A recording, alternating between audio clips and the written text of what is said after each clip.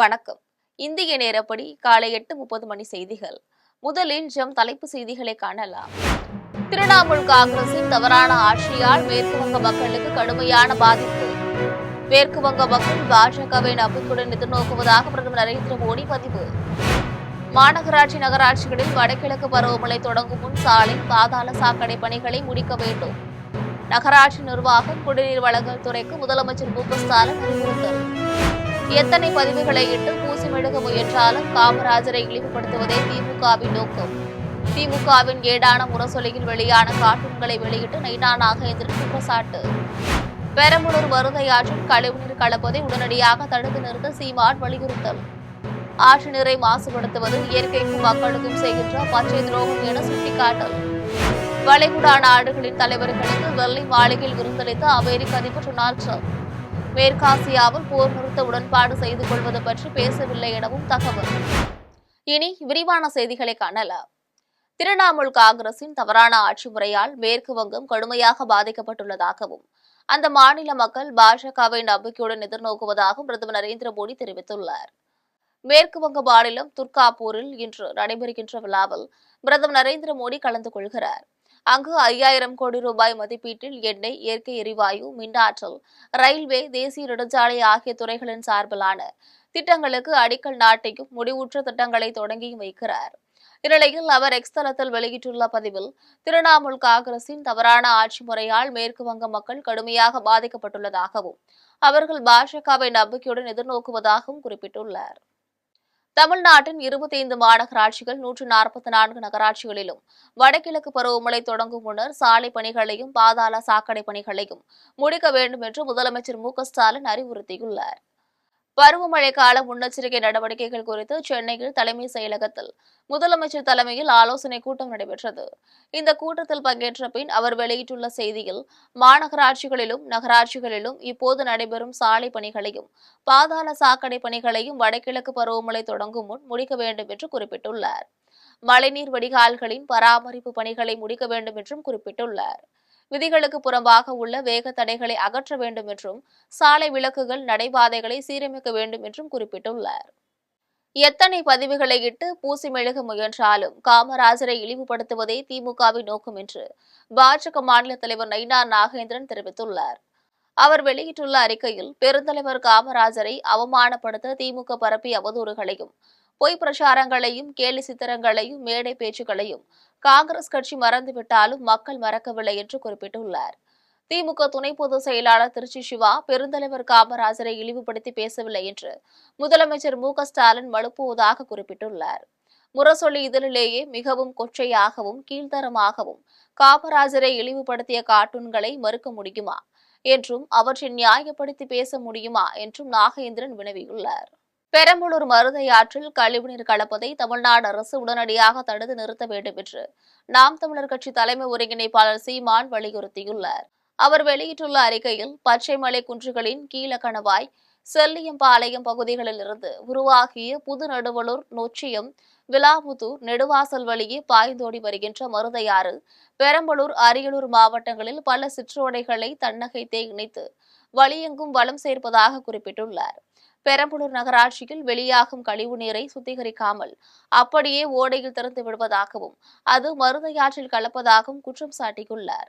தமிழ்நாடு அரசு இயற்கையின் அருங்கொடையான ஆற்று நீரை மாசுபடுத்தி சுற்றுச்சூழலை நாசப்படுத்துவது இயற்கைக்கும் மக்களுக்கும் செய்கின்ற பச்சை துரோகம் என்றும் சீமான் தெரிவித்துள்ளார்.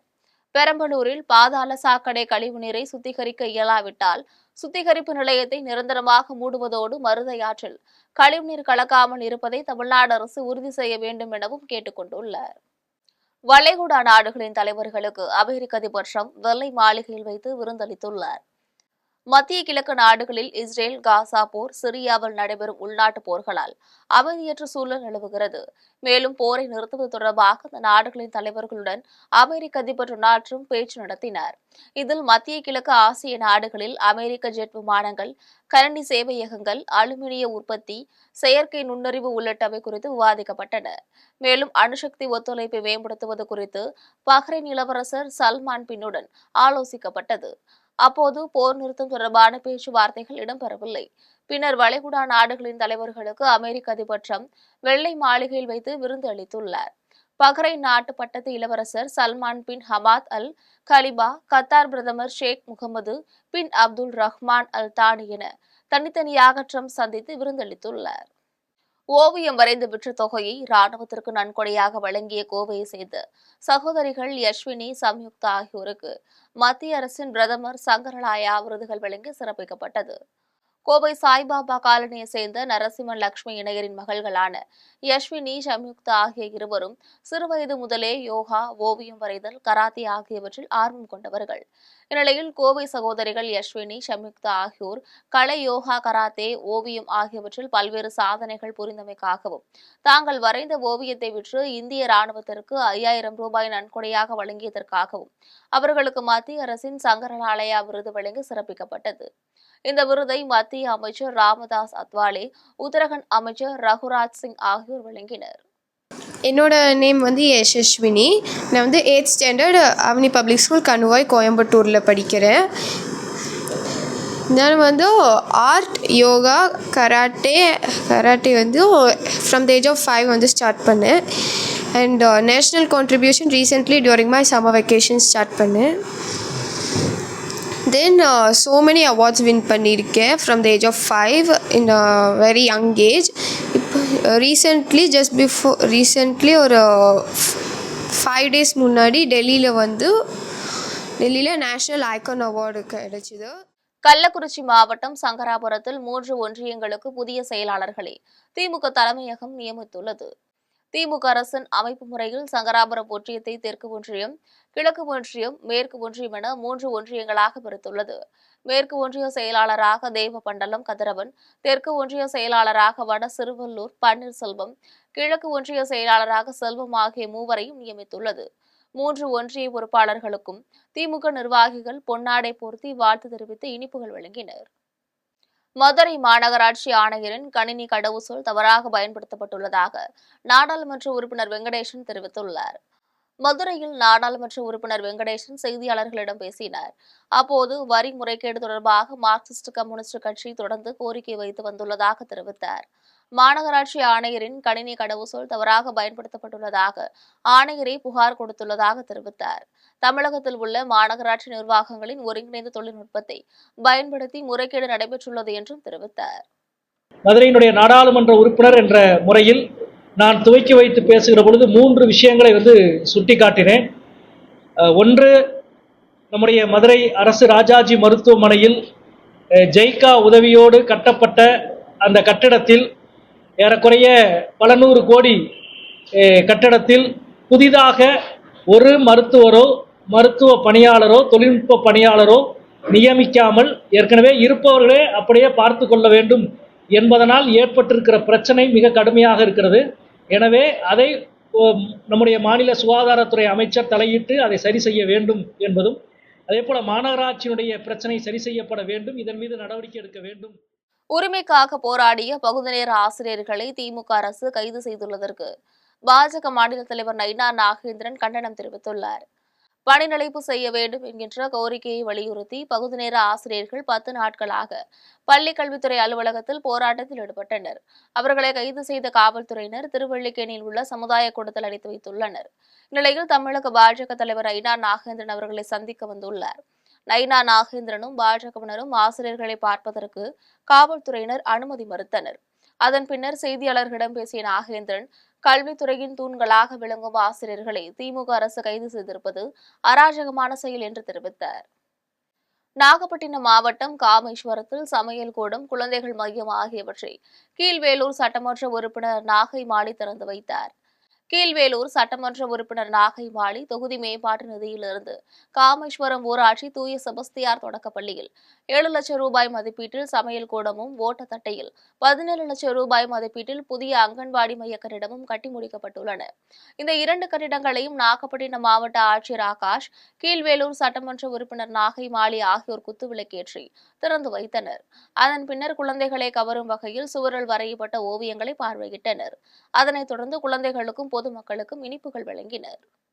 ராணிப்பேட்டை மாவட்டம் அரக்கோணம் DRS குளோபல் பள்ளியில் மாணவர் தேர்தலில் வெற்றி பெற்றவர்கள் காவல்துறை ஆய்வாளர் விஜயலட்சுமி முன்னிலையில் பொறுப்பேற்றுக் கொண்டனர். அரக்கோணம் டிஆர்எஸ் குளோபல் சிபிஎஸ்இ பள்ளியில் மாணவர்கள் தலைவர், விளையாட்டு பிரிவு தலைவர், கலாச்சார பிரிவு தலைவர் தேர்தல் நடைபெற்றது. இந்த தேர்தலில் 16 பேர் வெற்றி பெற்றனர். இதனையடுத்து அவர்களுக்கான பதவியேற்பு விழா முதல்வர் கவிதா தலைமையில் நடைபெற்றது. விழாவில் காவல்துறை ஆய்வாளர் விஜயலட்சுமி கலந்து கொண்டு மாணவர்களுக்கு பல்வேறு ஆலோசனைகளை வழங்கினர். அதனைத் தொடர்ந்து தேர்தலில் வெற்றி பெற்ற மாணவர்கள் காவல்துறை ஆய்வாளர் விஜயலட்சுமி முன்னிலையில் பொறுப்பேற்றுக் கொண்டனர். எடப்பாடி பழனிசாமி பயத்தில் பாஜகவுடன் கூட்டணி வைத்துள்ளதாக முன்னாள் அமைச்சர் பொன்முடி தெரிவித்துள்ளார். விழுப்புரம் சாலைமேட்டில் அண்ணாமலை பல்கலைக்கழக முதுகலை விரிவாக்க மையத்தில் இந்த ஆண்டு சேர்க்கை தொடங்காததை கண்டித்து மாணவர்கள் கருப்பு துணி கட்டிக்கொண்டு போராட்டத்தில் ஈடுபட்டனர். இதுகுறித்து முன்னாள் அமைச்சர் பொன்முடி செய்தியாளர்களிடம் பேசினார். அப்போது மாணவர் சேர்க்கை தொடர்பாக உயர்கல்வித்துறை அமைச்சர் செலியனிடம் பேசியதாகவும், ஒரு வாரத்திற்குள் சேர்க்கைக்கான விண்ணப்பம் பெறப்பட்டு சேர்க்கைகள் நடைபெறும் என்று அவர் கூறியதாகவும் தெரிவித்தார். பாஜகவுடன் கூட்டணி வைத்துள்ளதால் திமுக பயத்தில் உள்ளது என எடப்பாடி பழனிசாமி பேசியது குறித்த கேள்விக்கு பதிலளித்த பொன்முடி, எடப்பாடி பழனிசாமி தான் பயத்தில் பாஜகவுடன் கூட்டணி வைத்துள்ளதாக தெரிவித்தார். மாணவர்கள் சேர்க்கப்பட்டு அப்பொழுது சிறப்பாக செயல்பட்டு வந்தது. பிறகு அப்பொழுது 2010-11 சேர்க்கிற பொழுது 4 பட்ட மேற்படிப்புகள் 4 கோர்சஸ் உருவாக்கப்பட்டன. பிறகு அது படிப்படியாக வளர்ந்தது, இடமும் மாற்றப்பட்டது. அந்த அடிப்படையில் அண்ணாமலை பல்கலைக்கழகம் வந்த பிறகு அது முதல்ல அங்கே இருந்தவங்களாம் அண்ணாமலை பல்கலைக்கழகத்தில் மற்ற இடத்துல போய் பரீட்சை எழுத வேண்டிய நிலைமை மாறி இங்கேயே தேர்வு எழுதி இங்கேயே எல்லாம் செய்யலாம் என்ற அடிப்படையில் ஒரு கோ கேம்பஸாக அது மாற்றப்பட்டது. தென்காசி மாவட்டம் செங்கோட்டையில் பழமையான நுழைவாயிலை இடிக்க தீர்மானம் நிறைவேற்றப்பட வேண்டும் என்று கூறி திமுக கவுன்சிலர்கள் வாக்குவாதத்தில் ஈடுபட்டனர். செங்கோட்டை நகராட்சியில் தலைவர் ராமலட்சுமி தலைமையில் கூட்டம் நடைபெற்றது. இந்த கூட்டத்தில் செங்கோட்டையில் அமைந்துள்ள 150 ஆண்டு காலம் பழமையான நுழைவாயிலை இடித்துவிட்டு புதியதாக கட்ட வேண்டும் என திமுக கவுன்சிலர்கள் வலியுறுத்தினர். இதற்கு அதிமுக பாஜக கவுன்சிலர்கள் எதிர்ப்பு தெரிவித்தனர். இதனைத் தொடர்ந்து வாக்குவாதம் ஏற்பட்டதால் நகராட்சி தலைவி கூட்டத்தை விட்டு வெளியேறினார். இந்நிலையில் அவரை திமுக கவுன்சிலர்கள் கையை பிடித்து உள்ளே அழைத்து வந்து தீர்மானத்தை நிறைவேற்றுமாறு வலியுறுத்தினர். அவர் கூட்டத்தை விட்டு வெளியேறிய நிலையில் பெரும்பான்மையான கவுன்சிலர்கள் எதிர்ப்பு தெரிவித்ததால் இதை நிறைவேற்றக்கூடாது என நகராட்சி ஆணையரிடம் எதிர்க்கட்சியினர் முறையிட்டனர். புதுச்சேரி மாநிலம் காரைக்கால் கோவில்பத்தில் ரயில் பாதையை பொதுமக்கள் கடந்து செல்வதற்கு கீழ்ப்பாலம் அமைக்கும் பணி தொடங்க உள்ளதாக அமைச்சர் திருமுருகன் தெரிவித்துள்ளார். காரைக்கால் பேரளம் இடையே புதிய ரயில் போக்குவரத்து தொடங்கியுள்ளதால் நகர பகுதிகளில் 4 இடங்களில் ரயில்வே கேட்டுகள் அமைக்கப்பட்டுள்ளன. இதனால் பேருந்து நிலையம், பள்ளிக்கூடங்கள், கல்லூரிகள், மருத்துவமனைகள் ஆகியவற்றிற்கு செல்வோர் காத்து நிற்க வேண்டியுள்ளது. இதனால் காரைக்கால் கோவில்பத்தில் பொதுமக்களுக்கு இடையூறு ஏற்படுத்தாமல் கீழ்ப்பாலம் அமைக்க வேண்டும் என பொதுமக்கள் கோரிக்கை வைத்தனர். இதுகுறித்து நுகர்வோர் விவகாரங்கள் துறை அமைச்சர் திருமுருகன் செய்தியாளர்களிடம் பேசினார். கோவில்பத்தில் கீழ்ப்பாலம் அமைப்பதற்கு ரயில்வே துறை ஒப்புதல் அளித்துள்ளதாகவும் பணிகள் விரைவில் தொடங்க உள்ளதாகவும் தெரிவித்தார். இது கோவில்பத்துக்கு நம்முடைய அரசு சம்மதம் தெரிவித்து கடிதம் கொடுத்திருக்குது.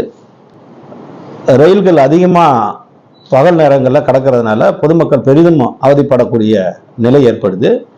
அது சம்பந்தமாக எஸ்டிமேட்லாம் போட்டு முடிவாயிடுச்சு.